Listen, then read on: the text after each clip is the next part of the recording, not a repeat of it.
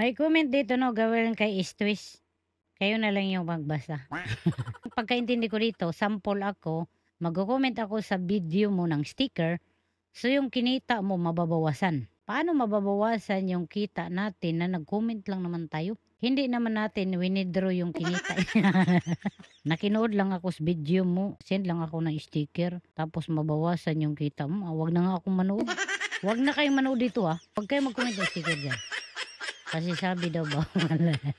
Yan talagang mga feeling bright na kagaya ko, no? May sarili talaga silang guidelines.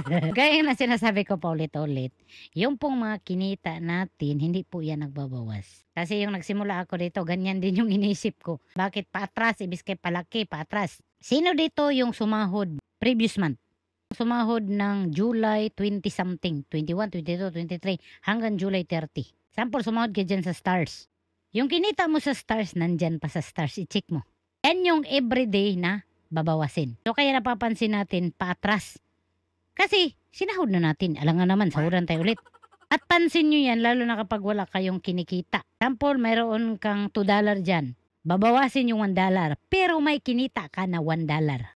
So $2 pa rin. So hindi mo mapapansin na may nagbawas. Bakit? May pumapasok So napapansin natin yan na nagbabawas kasi nga walang pumapasok. Paano nyo na-verify na kapag magsisend ng mga viewer natin ng sticker sa comment section, mababawas yung kinita natin sa content?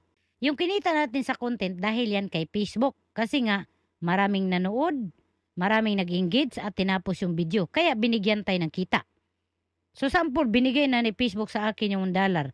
Dahil lang sa ginawa mo, nag-comment ka ng sticker dyan, mawawala yung $1. Be sure huwag kayo mag-comment ng sticker kasi masayang yung kinita ko.